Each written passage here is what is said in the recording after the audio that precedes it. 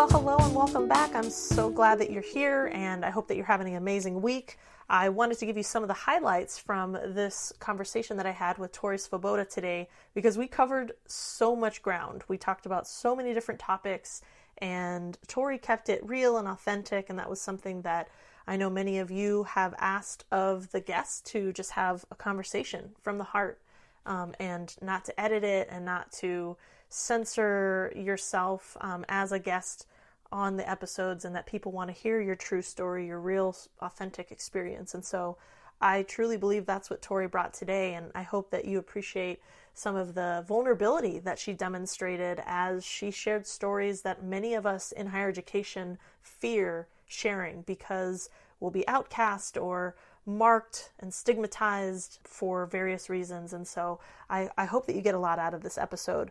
Some of the resonant themes that Tori shared was her experience of speaking her mind and biting her tongue, and the spectrum on which that exists within different contexts and different environments and different roles as an administrator, as a faculty. So I hope that that resonates with you as well. She also speaks to many of her social and personal identities and shares insights and experiences as someone who was the first in her family to go to college, to get various degrees, to navigate these different professional career opportunities, and that she continues to be the first in many regards, and what that's like when we're occupying all these different worlds in which our family, our friends, our communities, our colleagues, etc., they embody these different environments, these different ecosystems of which we are members, and how do we navigate that when they may seemingly be growing vastly apart, if that's a way that I might synthesize that. I encouraged Tori to, give us the raw, vulnerable stories, and I hope that that is what resonates with you. There are curse words in this episode, which I think in previous episodes has not been something that guests, for whatever reason, have shared. So if you're in the car or in hearing distance of little ones that you don't want to hear these particular words on this particular day, feel free to bookmark this episode and return to it, because I chose not to edit them out. I wanted to match Tori's integrity and vulnerability with the justice done in the editing process, and so I chose to keep those in. I look forward to connecting with you. Please email me if you have questions. Connect with me, sabby@resilientcampus.com, and I look forward to connecting with you in person or virtually very soon.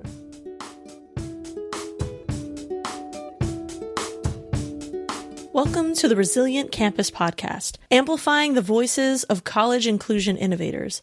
I'm your host, Sabby Labor, founder and CEO of Resilient Campus. Join me each week as I interview professionals on the front lines of campus and community movement building. For more information, please visit resilientcampus.com/podcast.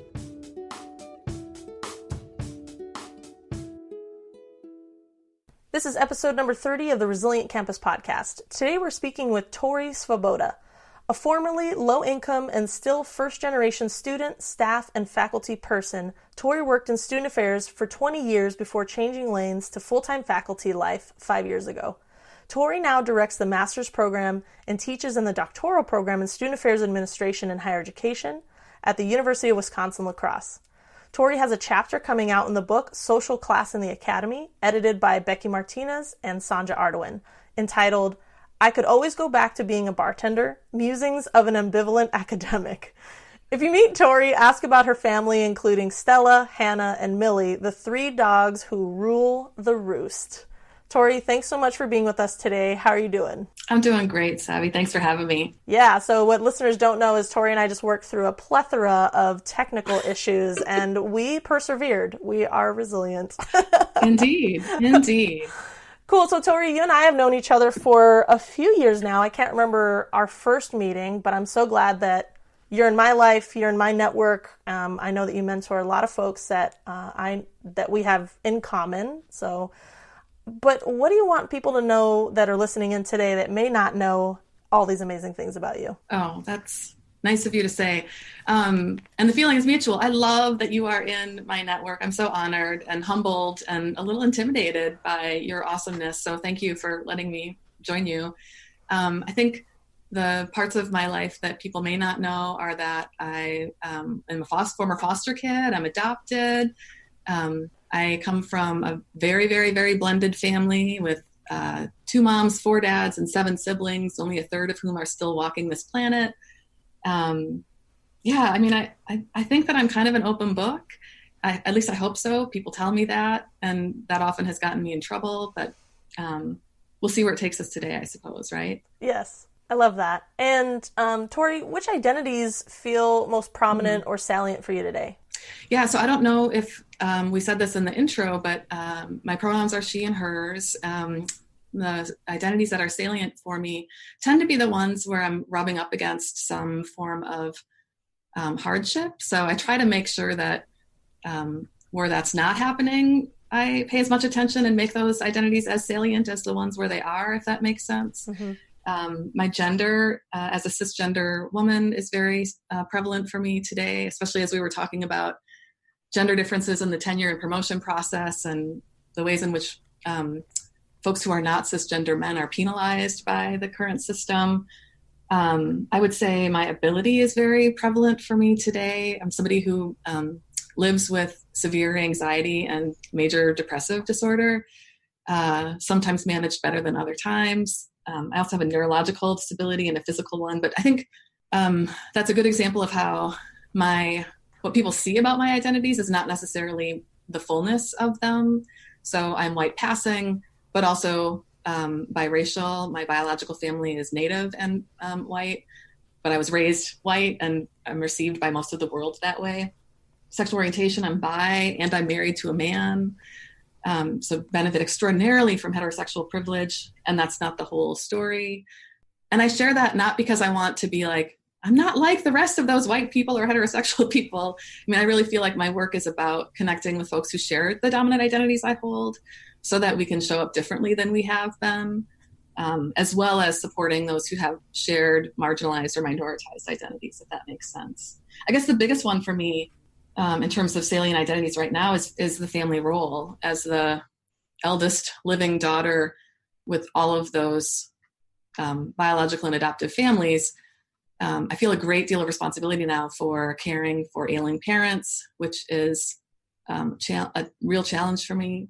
And I think my role as adoptee is very present for me now too, which is so different today than it was back in the day. You know, one of my family members gave up a daughter for adoption, and I'm Facebook friends with the adoptive mother now. So I've been able to see her as she grows. And I think if I ran into her in the supermarket, which is a possibility because we live in the same area, I might run up and hug her, even though she doesn't know who I am, which gives me a little bit of compassion for what happened when I first met my biological family. And they were like, the baby. And I'm like, who are you? Get off of me. So I guess those are a few that are present for me now. Thank you. And even noticing how they change over the lifespan, right, is and with context and potentially changing from all the different even geographic and physical space locations that you navigate. As we got on this call, you were like, yeah, I'm in 3 different places in a given 24 to 48 hour period teaching and doing your thing. And so we talked a little bit about the work that you're doing today with the chapter that you have coming out and some of your research interests. What's at the top of your mind in terms of the issues and the topics and those initiatives that you're pushing forward today? What's that work look like for you that you're trying to move forward? Yeah, and this is kind of like practice for my tenure and promotion meeting that's going to be happening next month, right? Where I have to figure out how to say that in 6 words or less. And I don't know that I've got that down yet. I mean, I guess I would say that a list of things that are on my mind. Number one, I've been trying to play a part in reducing inequitable outcomes in higher education for over 30 years now. And I don't know that we've made as many gains as I had hoped we would. So I'm trying to deal with cultivating some optimism when I know there are things that can point to the arc of justice being long and things will get better, but that's hard to sustain when I feel like every few years I buy into the latest, greatest, newest, like, here's the solution. You know, it's inclusive excellence. It's the equity scorecard. It's campus, culturally engaging campus environments. It's this latest program, policy, mentoring initiative. And yet we haven't seen gains, especially around race, ethnicity, and income. And that kind of disappoints me. So I don't want to come across as a pessimist, and yet I am one. And I think there are additional manifestations of equity that don't get talked about as much in higher ed student affairs as I wish they would, many of which have to do with social class. And a lot of it has to do with interrogating our practices to see how we're contributing to the problem rather than transforming it. So I spent a lot of time talking with practitioner colleagues, and I did this when I was a practitioner too, about, it's always been it's been done this way, or this is a great program initiative. I'm spending a lot of time trying to help folks kind of step back from that to say, really, how do we know that? How do we define success? How do we, be as critical about the work that we do as we can be about what everybody else is doing? You know what I'm saying? Yeah. Like, I have certainly participated in judging everyone and their mother for what I perceive to be their level of wokeness and how they show up in a space. I'm less good at saying, oh my gosh, I do things that still contribute to inequity. So maybe if I started there, that's maybe going to get us farther than if I just judge other people for what they are or are not doing. Does that make sense? Well, yeah, and I can't help but think about also how we might be more inclined to confront more readily or more assertively or more directly in different regions of even the U.S. Like in the Midwest, we need people around us to hold us accountable, right? Yes. Like I say, Tori, that practice that you just did, that's very class driven. Let's talk about it, and calling people into that conversation, as opposed to the passive aggressive nature or the indirect communication. And that gets very challenging, even if it happens here in this region. Whereas on our coast, we might be more readily able to say, hey, I'm your colleague and I noticed this thing, let's talk about it, and calling people in to interrogate those.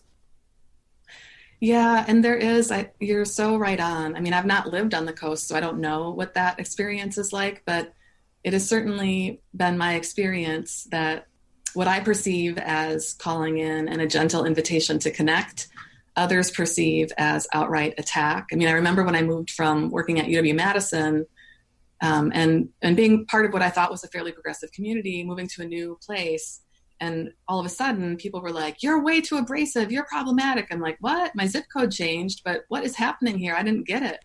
And over time, really had to soften my voice at my new institution, which meant biting my tongue so often that I was drowning in the blood of it all. It's just like, oof, the amount of tone policing we do of one another, especially women and non-binary and trans folk of all genders. In other words, not cisgender men. It's extraordinary. And yeah, we were just having a conversation today about that with those who supervise the graduate students in our on-campus master's program. How when somebody says, I feel attacked, on the one hand, I want to validate that the impact of somebody being like taken aback and harmed by something another has said, whether or not that was intentional. And also what I notice is that it's often folks from privileged and dominant identities who are like, I'm attacked. It's like, no, that, what's the phrase? Like, when you're privileged, discomfort feels like oppression. When it's merely discomfort, you can sit with that a little while, and that to me is different than, talking to somebody who says, this racial slur was used in my work environment, or this homophobic incident occurred in my hall, or there's not a restroom I can use in the building where class is held. Like, to me, that's not somebody's fragility showing up. That's like, you have a right to be treated in a humane fashion. Absolutely. That's different than I said something, somebody called me in kindly and gently, in my estimation. I don't know. It's like, I had the opportunity to take a Healing from Toxic Whiteness course last year through Sandra Kim, Compassionate Activism. Love the work that happened there. And I'm a big follower of Robin DiAngelo, and her newest book on white fragility came out. And I do think, man, those of us who are white, we sure have a way of recentering conversations on our comfort and expecting other folks to soothe our egos, whether we're the wokest person in the room or not yet there, right? Yeah. I could go on, but... Well, you hit on some things that have been resonating with me recently in the work that people have been asking me to come to their campuses and help facilitate dialogue around is this idea of discomfort versus, being unsafe. And really noticing how our dominant and minoritized identities may lead us sort of into traps sometimes that make us assume that we're not safe because we're being called on our privilege, but in fact we're just uncomfortable. But because as adult learners, particularly adult learners, people that are in professional staff and faculty roles, we're so uncomfortable with not having the answer, with messing up, that it becomes harder and harder to recover from 100. fumbling and failing. And it's like, no. And being human. Yeah. And so I think that's the piece where I think to myself, if I have colleagues around me that aren't holding me accountable, then I think that's what I worry day in and day out as I, just turned 35 and I'm like sort of making my way on the earth. And over time, I think if I don't have people around me that hold me accountable and that call me into these conversations, I think that would be the biggest loss for me and the biggest regret. Oh my gosh. Yes. I would be so upset and disappointed and feel like I failed in sort of building a network of friends and family and colleagues who we can actually talk about these things and not agree, and that's okay. So I don't know. I do.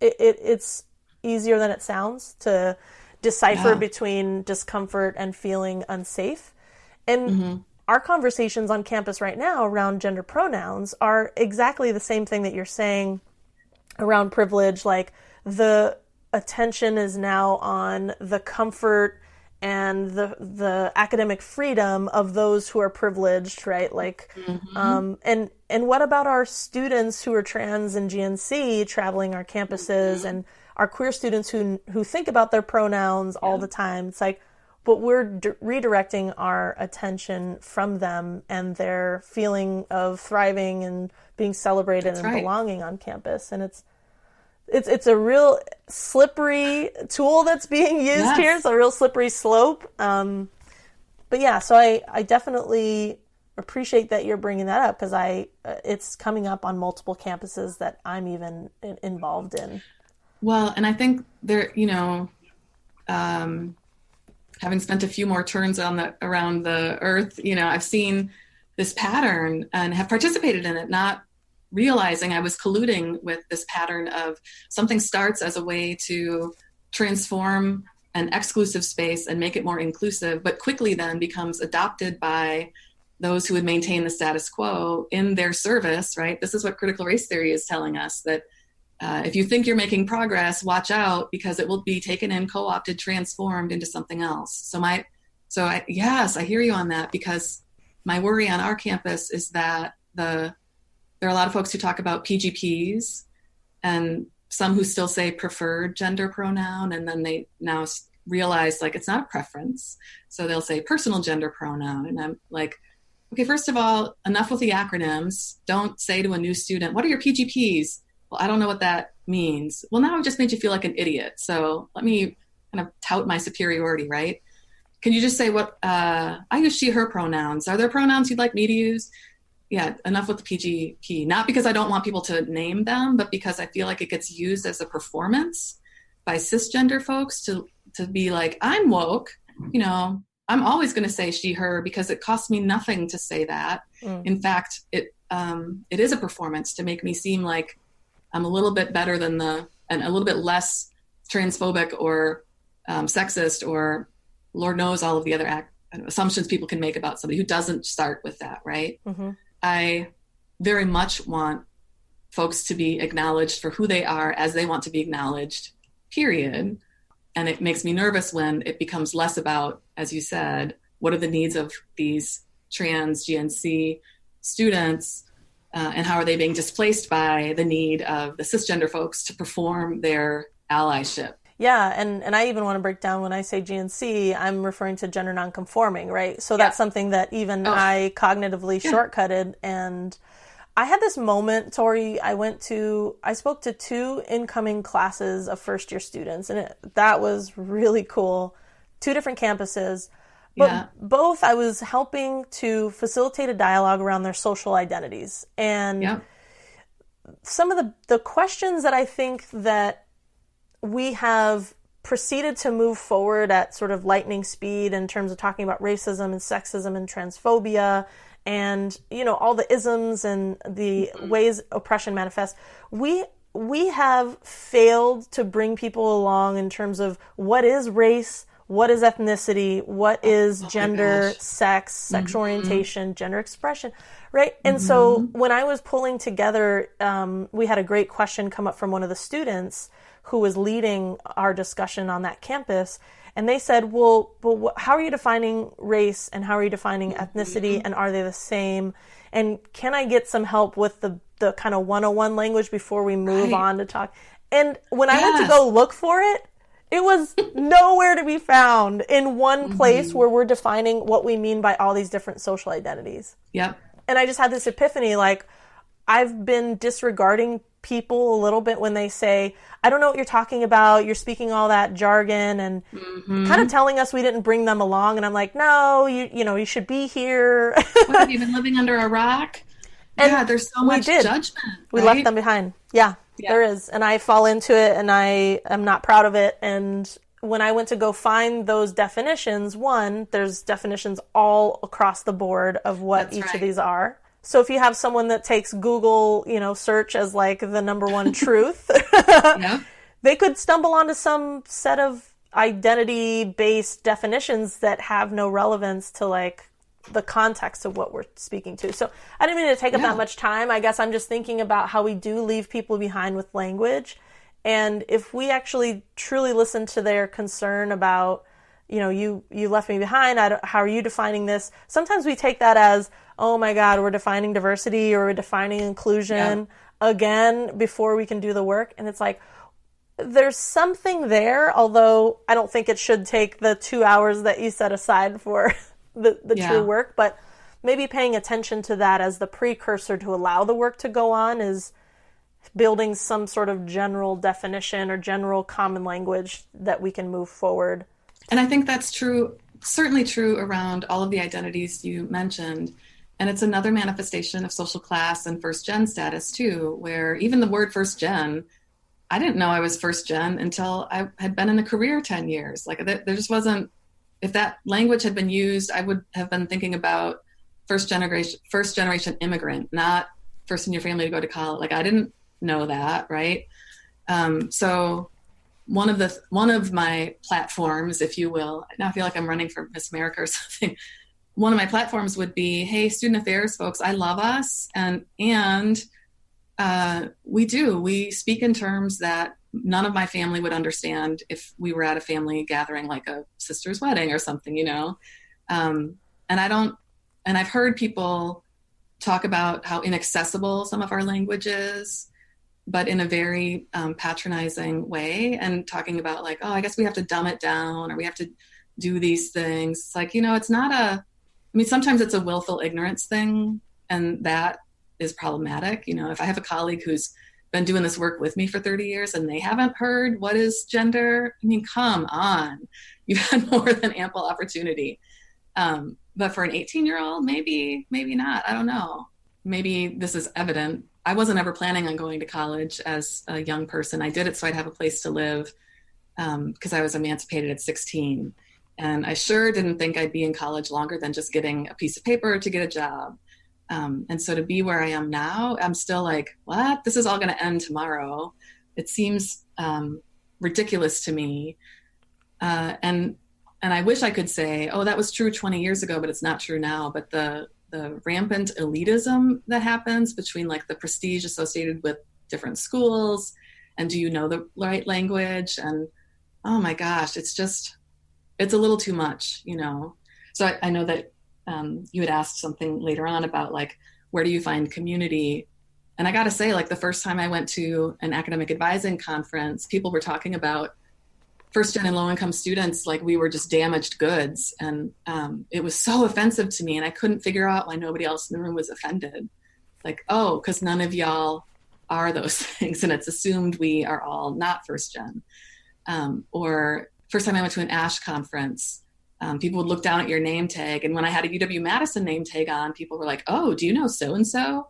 But every name tag I've had since, it's been like, oh, you're not worth my time, I'm going to keep moving on.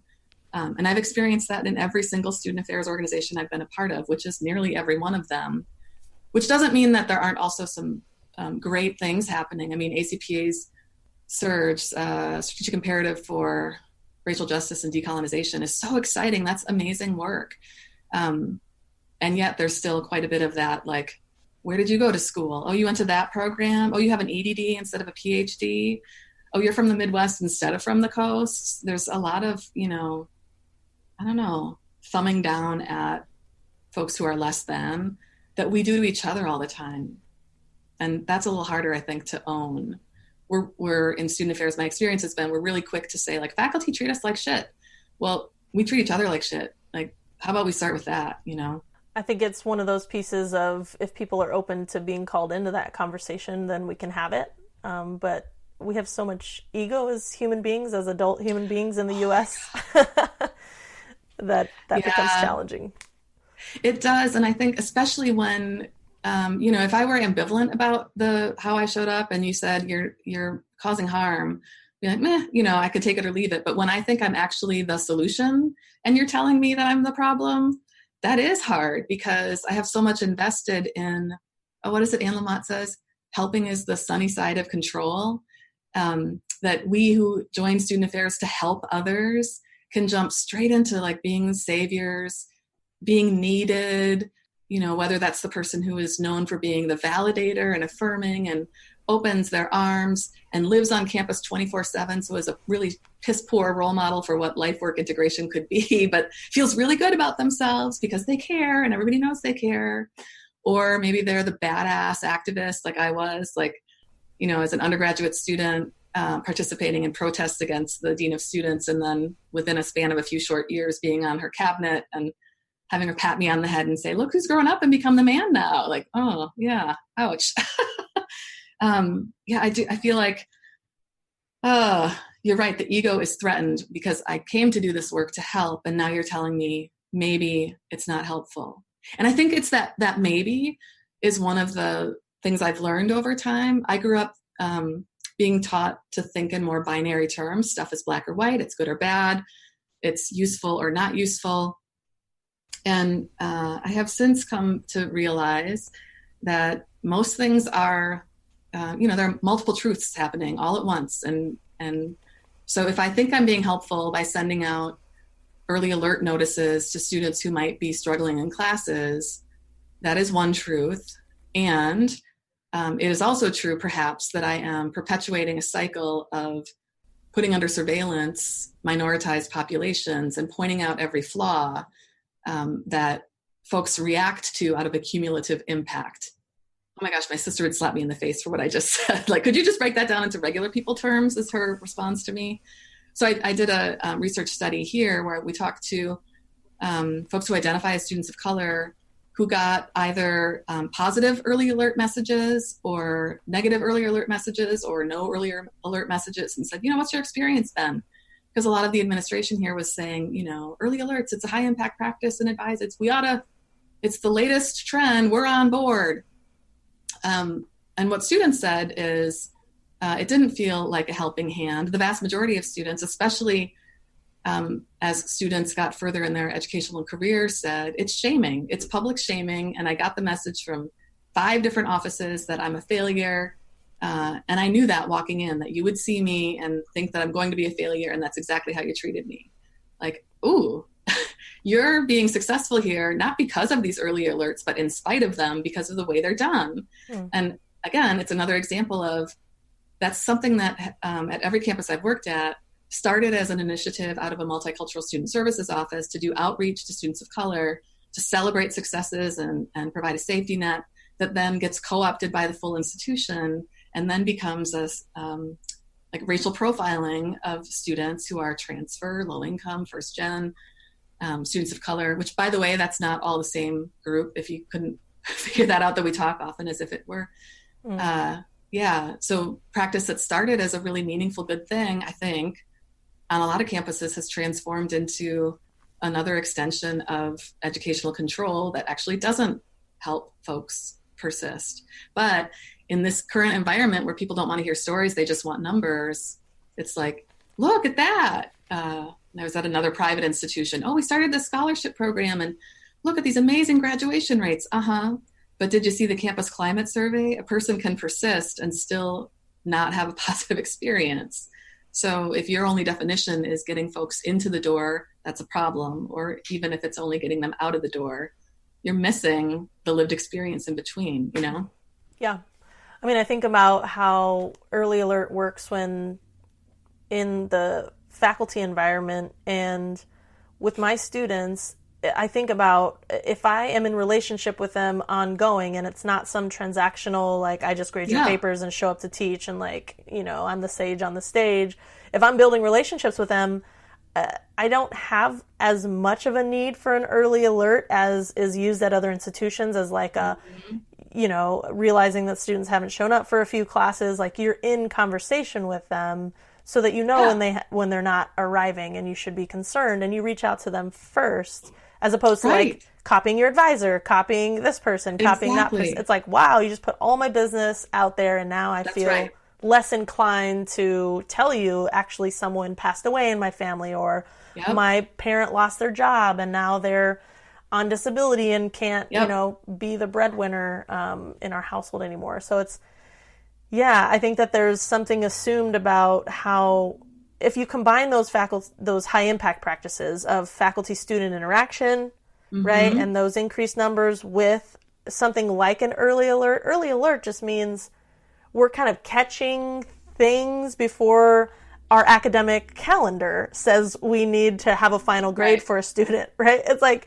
sometimes it's as simple as that, but we're trying to help be as relational as we can within these very rigid policy timelines. Yeah, and the relationship piece, I think, is what gets missed most, particularly, you know, having been an administrator for most of my life, although I have been an assistant professor for 5 years, I feel like you have to let me do it for 30 years and then I'll tell you which one I like better, you know, but I'm shocked at how much I didn't know about what it would be like to be a faculty member. Like, I remember sitting in the new faculty orientation. I'm, 20 years senior of everyone else in the room. And they're like, I am an expert on this really narrow topic in English literature, but I don't know how to teach. I don't know how to advise. I don't know how to do any of this stuff.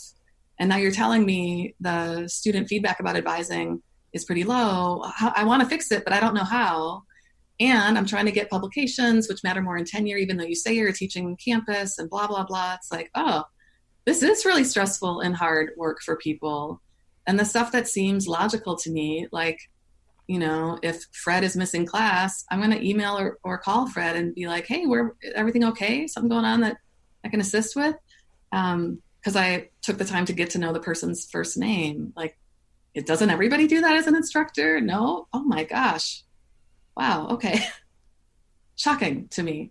So I think that's been, if the first part of my life as a student affairs administrator was about trying to figure out how can we change policies to create more equitable outcomes, now I feel like my job is about how do I prepare student affairs practitioners to enter environments that are designed specifically to reproduce inequitable outcomes and create kind of more folks who are willing to be disruptors in that, at the same time that I'm also practicing what I preach.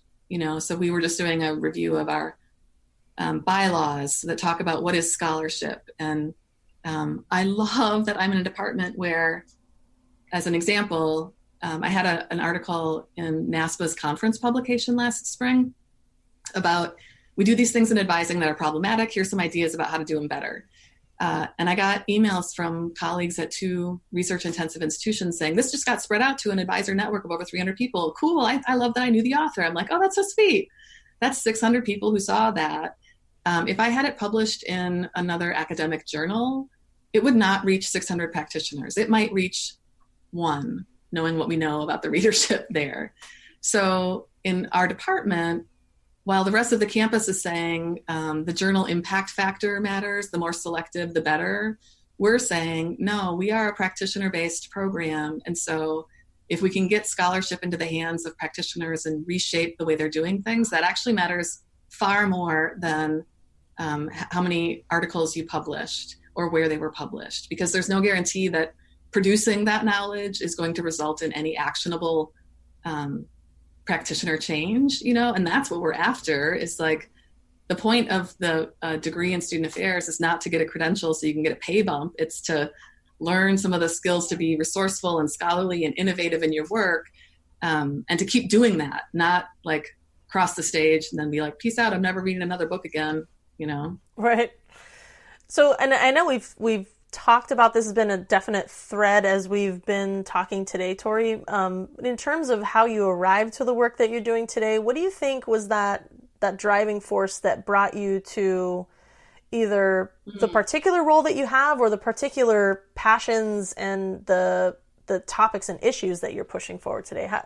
What do you think drove you to do the work that you're doing today? It's really interesting that you asked that question today of all days, because in one of the classes that's being taught right now, another instructor asks students to reflect on that. What brought you here today?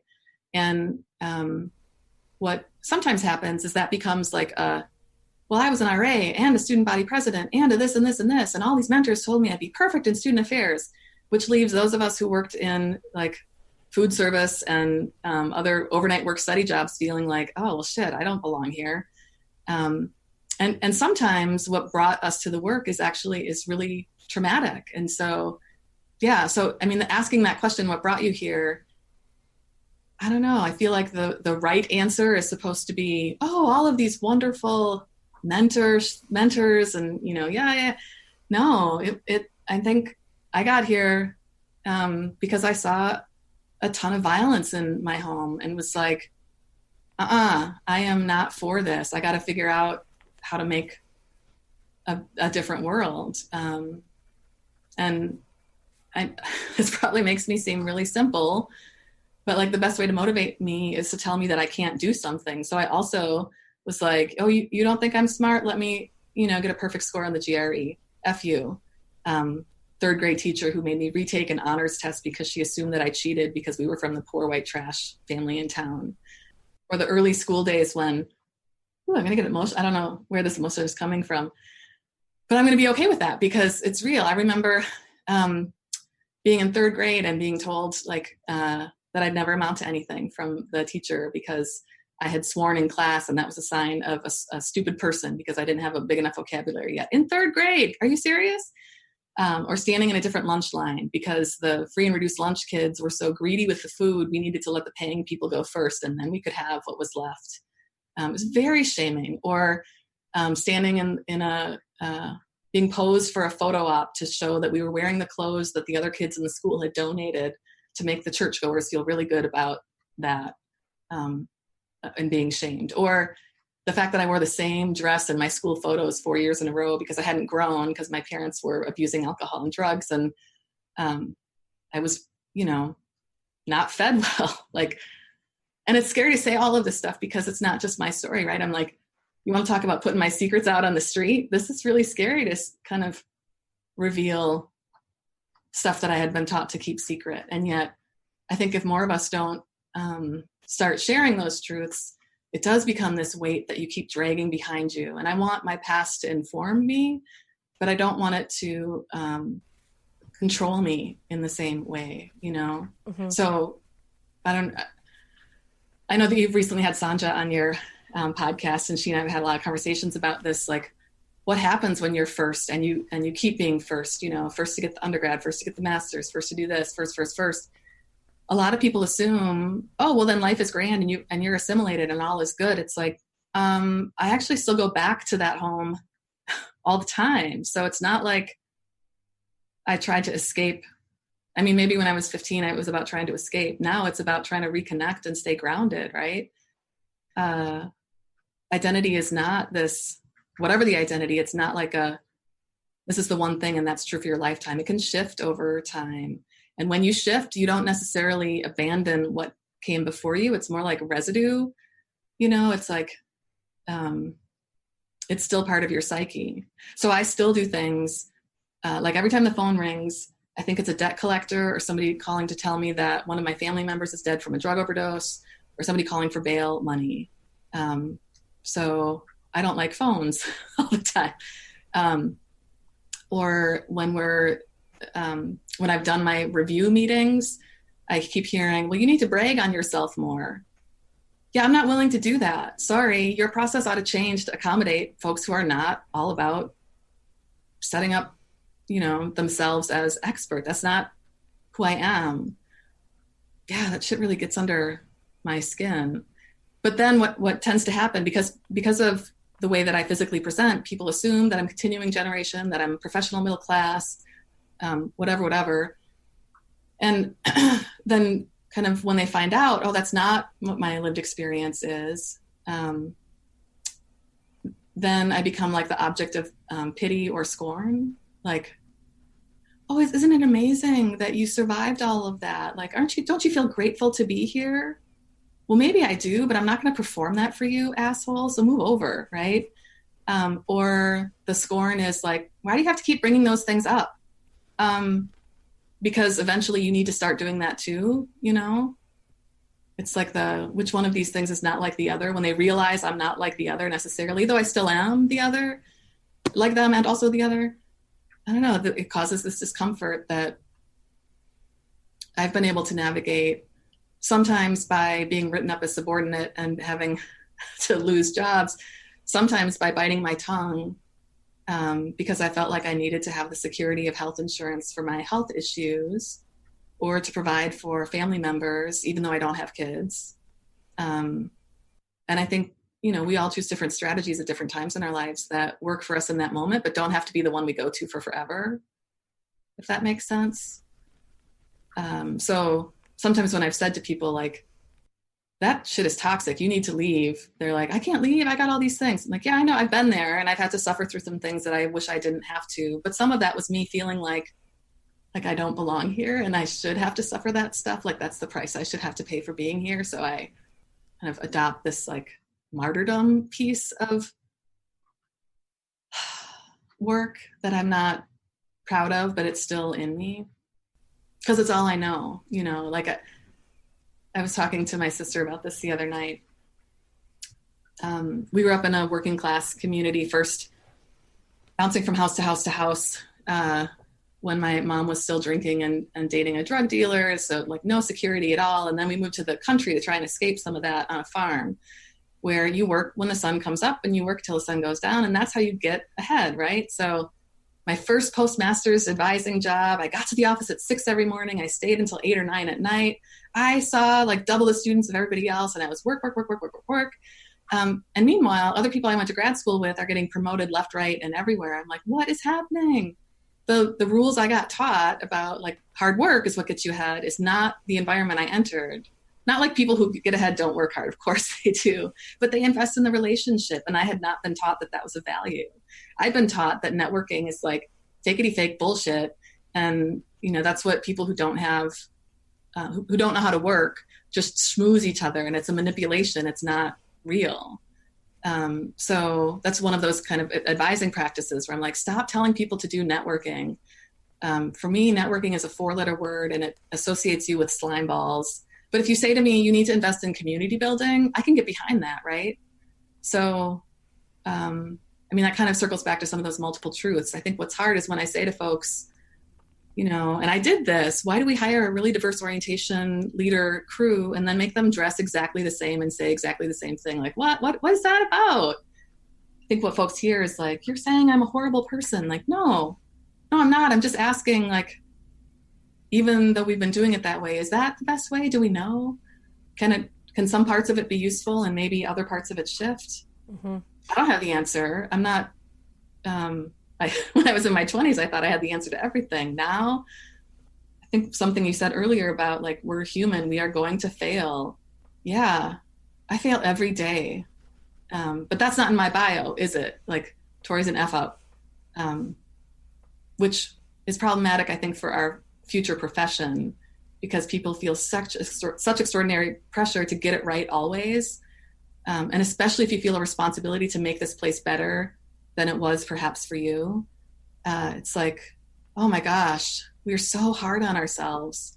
And I remember talking to Kathy O'Bear about this once, where I said, oh, if I F up, I'm so afraid of that. And she's like, that just makes you human. It doesn't mean you're a bad person. I'm like, no, I really think I'm a bad person. Like you're telling me that that's not true is not helpful to me in this moment. It is more than just my ego can't handle somebody calling me a racist. I was raised racist. How could I be anything but?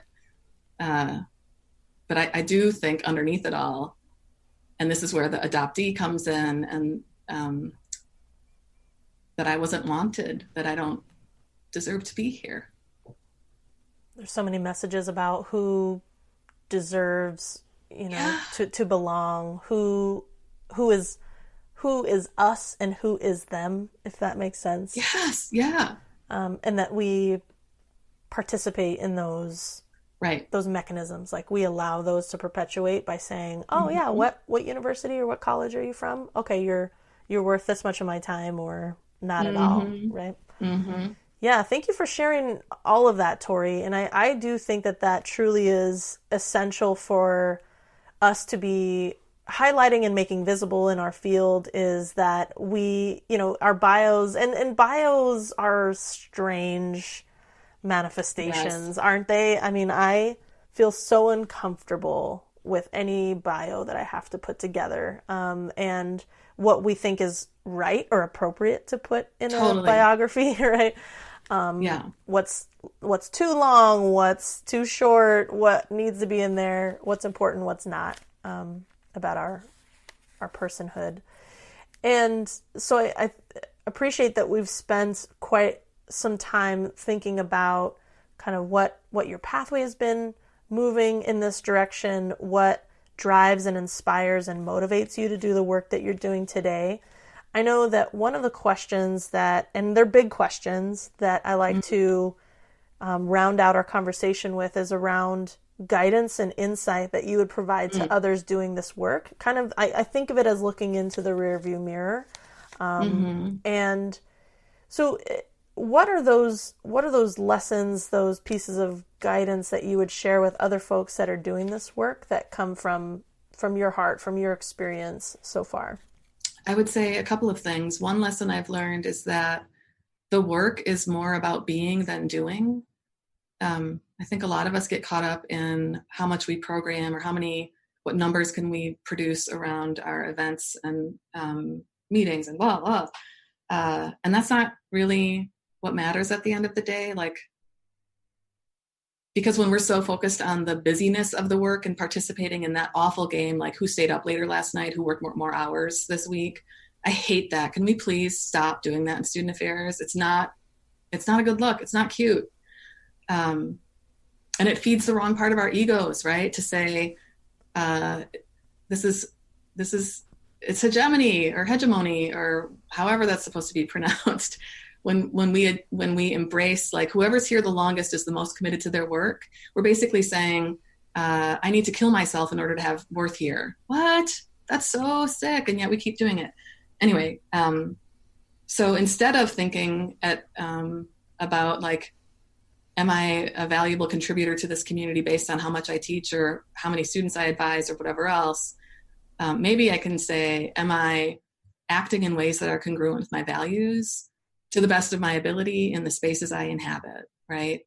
So to those who are listening to this, who identify with more majoritized identities, like to my white family, do more, do better. Stop saying you're going to try to, and just start making mistakes and get over yourself, right? I have to tell myself to get over myself every fucking day.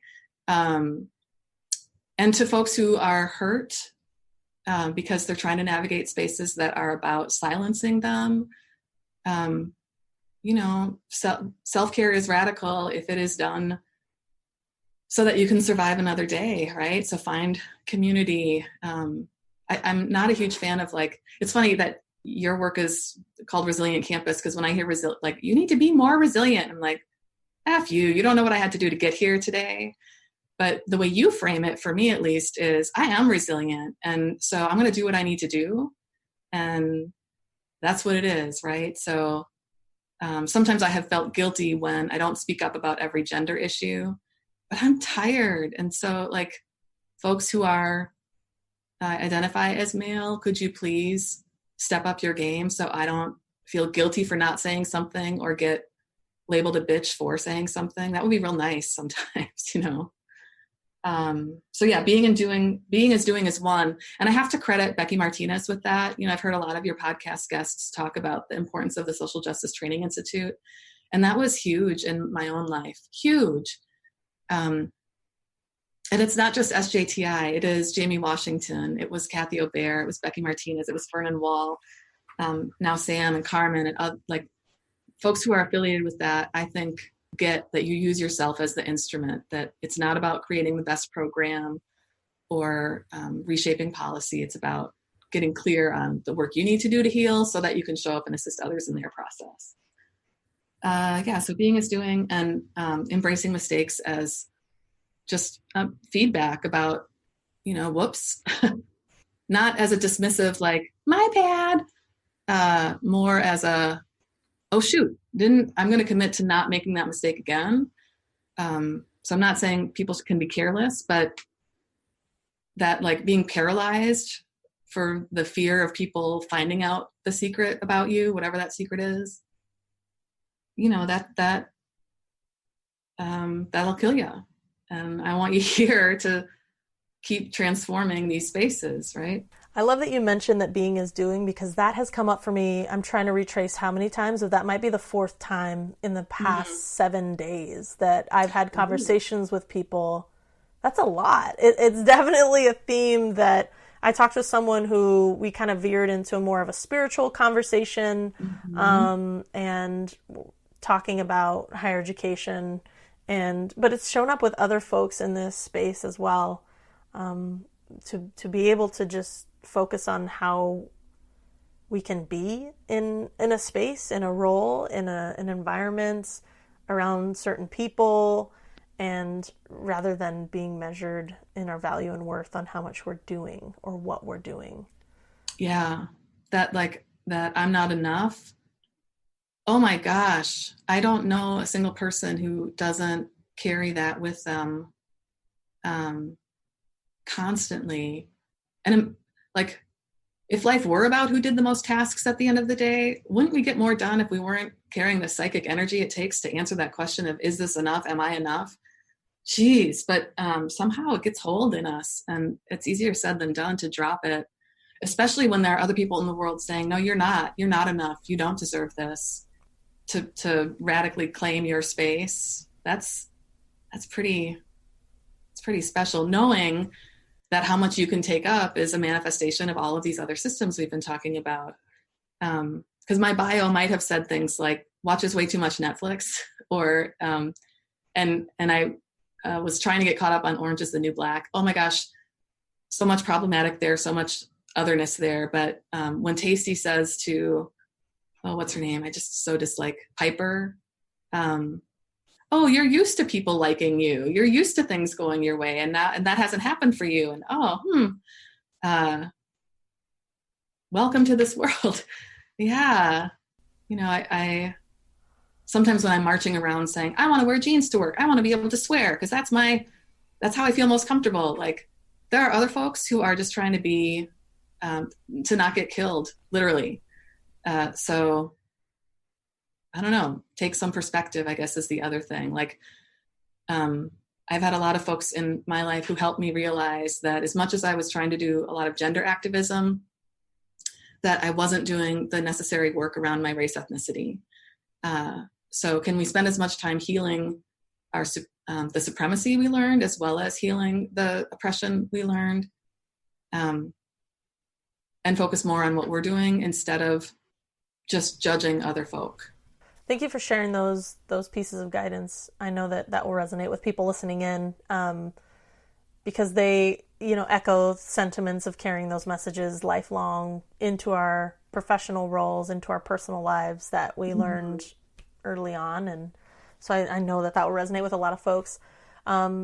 So I know that, you create some of the scholarship that people are reading that informs their approach to their work. Tell us about what some of those resources are that inform the way you approach your work.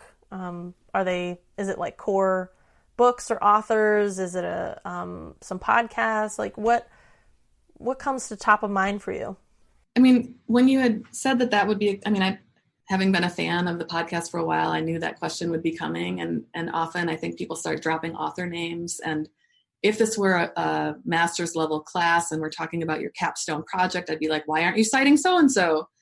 And I feel like a lot of them have been said. So like there's a new directions on student services about social class that came out this summer, co-edited by Becky Martin and Georgiana Martin and Becky Elkins, that I think is pretty exciting. There's the book that I sent you the quote from, Difficult Subjects Teaching, excellent book. I can't wait to read the Debunking the Myth of Job Fit in Student Affairs from Stylus that's supposed to come out this fall. Yay.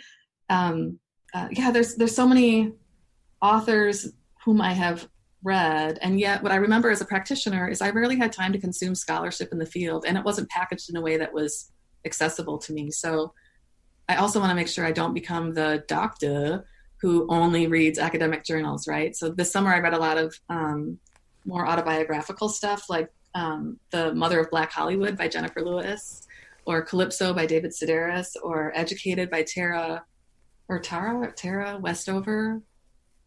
Horrible with name pronunciation. And because I do travel between several UW system campuses, I listen to a lot of podcasts too, and yours is first among them, but Code Switch, Scholar T, On Being.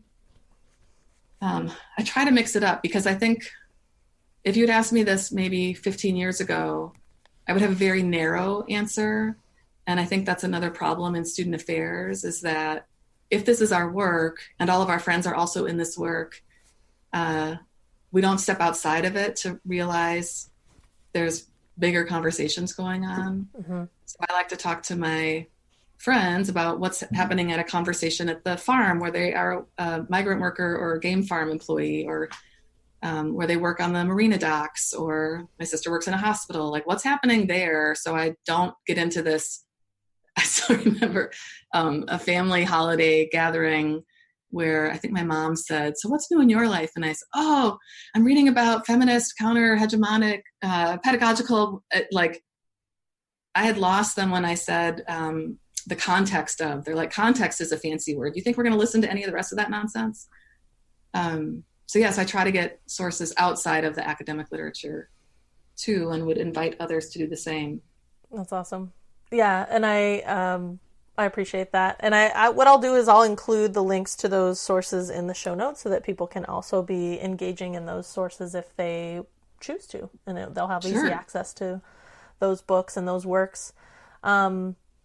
So Tori, as we conclude our time together, I know that you're an amazing part of my network, my community, and how can folks add you to their network? How can they connect with you? Oh, yeah. They can call me. I probably don't want my phone distributed on something that I don't know what kind of nasty grams I might get back. But most of what, I'm not on social media as much as I should be. I'm on Twitter, I'm on LinkedIn, I've got email, so I can share all of that with you. But I would love to connect with people and hear their stories, because I do think this narrative of what a traditional student affairs person is or should be is changing and has to change. So yeah, I would love to talk with folks about how that's happening for them or those they know or whatnot. So what I'll do is I'll include your Twitter and your LinkedIn information in the show notes so that people can click on that and link directly to you. And Great. I encourage people listening to this podcast to connect with Tori and send her those positive grams, those inspirational grams. Not the, she doesn't belong in higher ed that sometimes appears in some of my teaching evals because I swore once. Yeah. Mm-hmm. Yeah. I mean, if you get any of those nasty grams, I think that folks truly didn't listen then to what you shared throughout the episode, and they're only proving your point, not rebutting it. So, Tori, thank you so much for being with us today. I know that as we conclude each episode, I like to close out with an inspirational quote to send people back out into the world. And today, I'm so glad that you found a quote. Can you be the one that reads that for us today? Yeah, sure. So this is, I'll read the quote. The ideal is to promote the transformation of rebellious consciousness into revolutionary consciousness, to be radical without becoming sectarian, to be strategic without becoming cynical, to be skillful without becoming opportunistic, and to be ethical without becoming puritanical. It's from Paulo Freire in the text Letters to Christina. Beautiful. Thank you so much, Tori. To all those listening in, thank you so much for all that you do. I truly appreciate you. Stay resilient.